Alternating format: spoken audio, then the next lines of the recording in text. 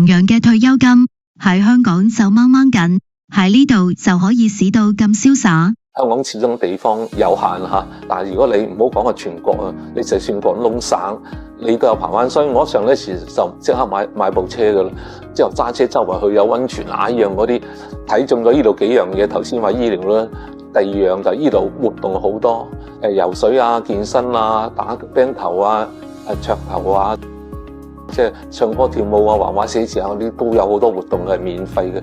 生活水平相對消費比香港低好多，我哋退休嘅錢咧就會喺度上面會襟使啲。呢度嘅管家管理真係好細心，有專門嘅管家，你一離開佢就會 check 住你噶啦。你而家出去啊嘛，幾時翻嚟啊？你今晚翻唔翻嚟啊？佢就會關心住你。我得個仔嘅啫，我哋住落，你上嚟睇下啦。